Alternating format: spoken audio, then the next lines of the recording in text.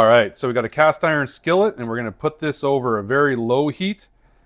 We got vegetable oil and about half a stick of butter. And now we're just going to get this nice and melted.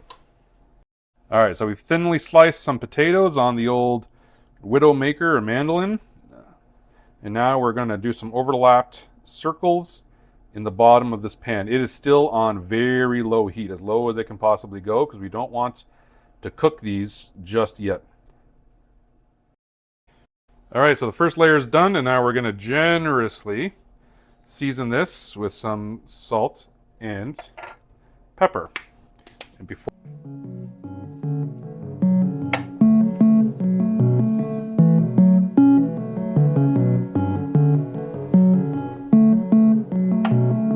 All right, so now that's done, we're going to crank this up to about a medium high, and we're going to start getting some frying action on the bottom of here to crisp the bottom. Okay, so obviously now we've got the action in the pan going, and in about 10 minutes or so, we're just waiting for the bottom to get nice and brown and crispy, and then we're going to try to flip this sucker. Whoa, whoa, whoa. It was at this moment that he knew. He fucked up. Oh God, how does this work? Okay.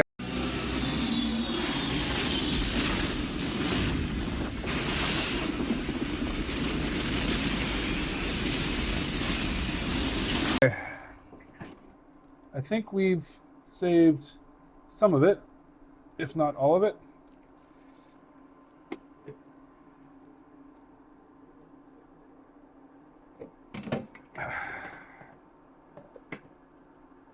Right, so we've lost a little bit of this during this flip, so now we're going to try to put the uncooked part down and crisp that side too, and we'll go from there. All right, we've tried to spread this out to cover the bottom of the pan as best we can, and now it's back on the heat to crisp the other side. 60% of the time, it works every time. That doesn't make sense. Okay, so we've let this kind of go for a couple of minutes here, and then now we're going to throw just some thyme sprigs into the top, and I got just some lightly crushed garlic that we're going to just kind of sprinkle all around. All right, and now that we've got that in there, we're going to throw this into a 400-degree oven for about 5 minutes.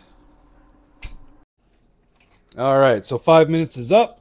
We're taking this guy out of the heat, and then we're going to remove the thyme and the garlic and transfer this guy to a plate. So, LA Son, Roy Choi. Second time this has been up for Vert Der Ferk. We also got some banana ketchup in here.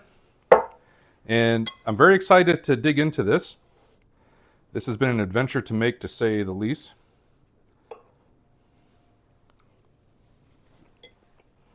Yeah,